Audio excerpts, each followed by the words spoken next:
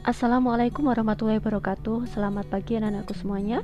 Pagi ini Bu Cita ingin membagikan tips sukses belajar daring di masa pandemi COVID-19.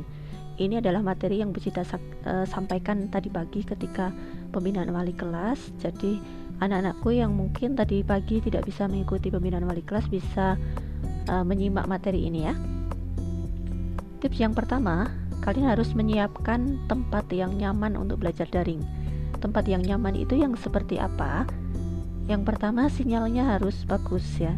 Jadi mungkin di rumah itu kadang ada yang tempat yang sinyalnya tidak bagus, seperti di kamar itu kadang mungkin ada ya sebagian yang kamar itu sinyalnya tidak bagus, tetapi mungkin di ruang tamu lebih bagus. Ya, kalian harus memilih spot ini ya, spot tempat di rumah yang sinyalnya bagus. Bisa kalian komunikasikan dengan orang tua juga ya, untuk bisa membantu menyediakan tempat untuk kalian. Dan yang penting itu di tempat itu harus ada meja dan juga tempat duduk. Meja nanti fungsinya untuk meletakkan HP atau laptop ya, untuk menulis juga kalau misalnya ada tugas. Dan juga tempat duduknya itu nggak harus kursi, kalau kalian lebih suka lesehan ya nggak apa-apa lesehan, yang penting ada tempat duduknya. Kemudian tempat itu juga harus bersih dan rapi. Jadi sebelum melaksanakan pembelajaran kalian bersihkan, nanti setelah selesai kalian rapikan lagi seperti itu. Ini sangat penting ya supaya belajar daringnya lebih nyaman seperti itu. Kemudian yang kedua, sediakan buku untuk tiap mapel. Jadi meskipun pembelajaran daring, catatannya tidak tatap muka ya, jadi catatannya mungkin guru tidak ngecek satu persatu, tapi kalian tetap harus menyediakan buku untuk tiap mapel. Buku apa saja yang perlu kalian sediakan? Yang pertama adalah buku teks. Buku teksnya ini mungkin kalian akan dapatkan dari perpustakaan, atau lebih bagus juga kalau kalian misalnya ada inisiatif untuk membeli buku teks referensi tambahan ya, selain buku dari perpustakaan. Itu akan menambah kekayaan wawasan kalian. Buku teks ini fungsinya kalau misalnya pembelajaran, jadi sebelum pembelajaran itu kalian bisa membaca buku dulu. Kalau kalian sudah tahu materi yang akan disampaikan guru ini, kalian baca dulu. Dan juga kalau misalnya pembelajarannya sudah selesai tetapi kalian merasa belum paham materinya, kalian bisa mengulang materi itu dengan membaca buku teks. Jadi sangat penting ya punya buku teks ini. Kemudian yang kedua, sediakan buku tulis untuk catatan dan latihan. Nah, buku tulis ini kalian harus dipisahkan ya untuk tiap mapel ya, jangan dicampur antara mapel yang satu dengan mapel yang lain ya. Sediakan satu mapel paling tidak satu buku, atau barangkali mungkin tergantung gurunya juga ya. Kalau ada guru yang meminta untuk buku catatan dan latihannya dipisah ya kalian pisah. Kalau misalnya boleh dicampur ya nggak apa-apa, minimal satu buku untuk satu mapel. Kemudian yang ketiga, tidak begadang ya. Ini penting ya, karena begadang itu ternyata tidak baik untuk kesehatan dan juga keesokan harinya menyebabkan kalian mengantuk, padahal kalian harus mengikuti kegiatan pembelajaran. Jadi usahakan untuk tidak begadang. Berangkat tidurnya yang awal aja ya, jadi jam 9 sampai jam 10, antara jam 9 dan 10 itu kalian sudah harus berangkat tidur, kalau nggak ada keperluan ya tentunya ya. Tapi kalau misalnya ada keperluan ya nggak masalah, tapi usahakan kalau tidak ada acara jam segini sudah tidur. Sebelum tidur, kalian juga perlu mempersiapkan buku-buku dan perlengkapan untuk jadwal pembelajaran keesokan harinya ya. Letakkan di meja tempat belajar. Ini penting supaya pembelajaran besok itu kalian gak kelabaan ya, jadi buku-bukunya sudah siap semua di meja ya.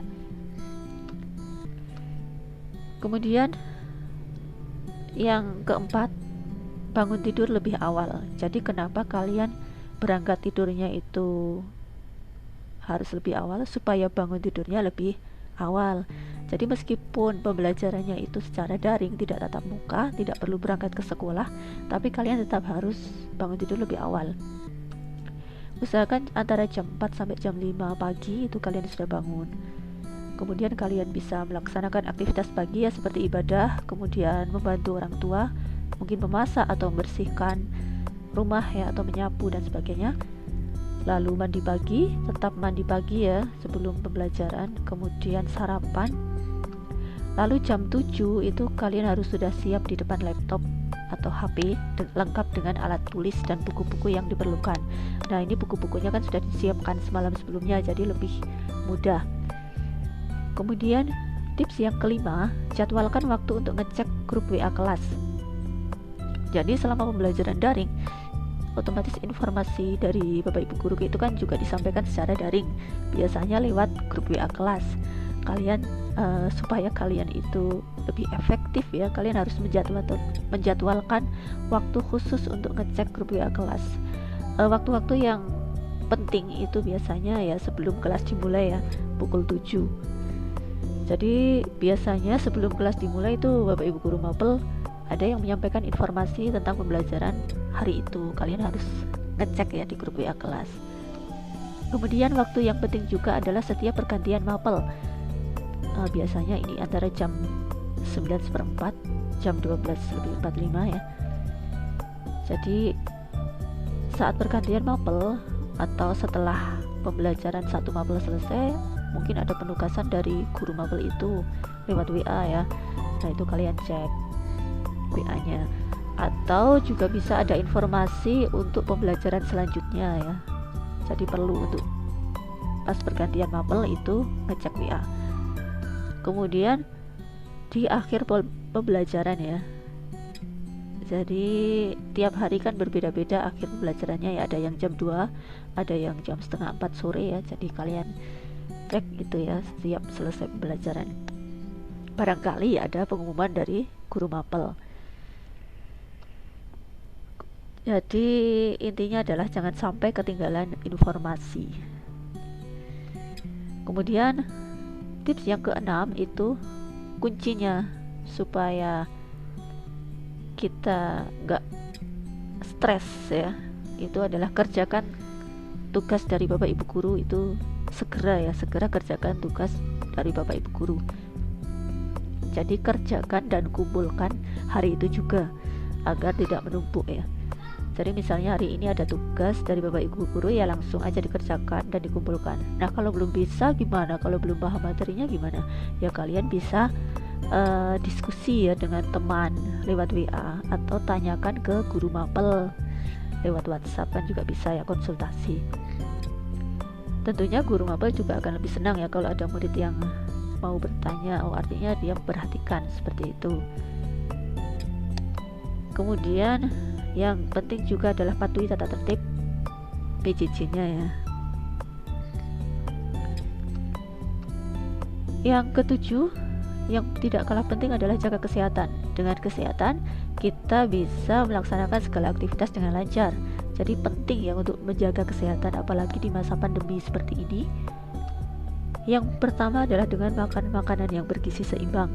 Jadi antara karbohidrat, protein, lemak, vitamin, mineral itu yang seimbang sesuai dengan kebutuhan kita ya. Lalu minum air putih yang cukup, jangan sampai kekurangan cairan. Olahraga teratur, jadwalkan waktu khusus untuk berolahraga ya, misal bisa tiap sore selama 30 menit atau bisa minimal 1 minggu sekali ya, kalian jadwalkan waktu khusus untuk berolahraga. Kemudian jaga kebersihan diri, rajin mencuci tangan, mandi tetap 2 kali sehari ya meskipun di rumah aja. Dan jalankan protokol kesehatan ketika beraktivitas, terlebih ketika beraktivitas di luar rumah. Jalani yang ke-8 adalah jalani PJJ atau pembelajaran daring ini dengan perasaan yang gembira. Nah, ini penting sekali ya, perasaan yang gembira itu akan memberikan pengaruh positif untuk kehidupan kita. Jadi diusahakan jangan stres lah ya, yang santai saja tapi tetap serius begitu. Jadi perasaan yang gembira itu akan memberikan pengaruh yang positif untuk kehidupan kita, otomatis nanti pembelajarannya jadi lebih lancar dan sebagainya. Tanamkan dalam pikiran kita bahwa PJJ ini menyenangkan ya, tidak membosankan dan tidak membuat stres ya, tapi menyenangkan.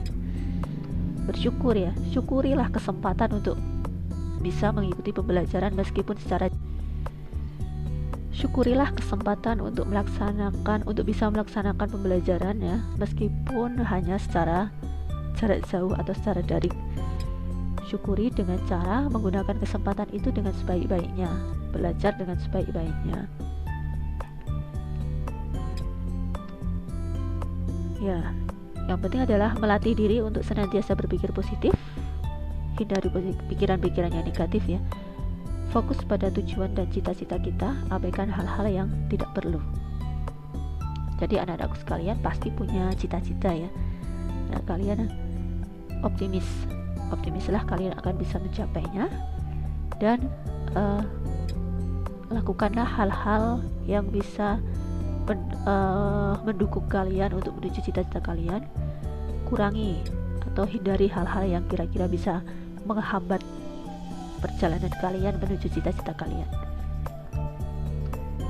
Kemudian yang ke-9 tidak kalah penting itu adalah sediakan kuota internet yang mencukupi ya, meskipun agak boros ya karena pembelajaran daring, tapi mau gak mau kalian tetap harus menyediakan kuota internet ini ya. Komunikasikan dengan orang tua ya secara baik-baik, karena kalian memang membutuhkan kuota internet untuk pembelajaran. Tapi kalian juga harus berhemat menggunakannya ya. Jadi gunakan internet untuk keperluan pembelajaran saja. Kurangi penggunaan internet untuk hal-hal yang tidak perlu. Yang ke-10 adalah jalin komunikasi yang baik dan sopan dengan teman dan guru. Nah, mungkin itu saja yang bisa Bu Cita sampaikan, tips sukses belajar daring ala Bu Cita ya. Semoga bisa bermanfaat untuk anak-anakku sekalian. Terima kasih. Wassalamualaikum warahmatullahi wabarakatuh.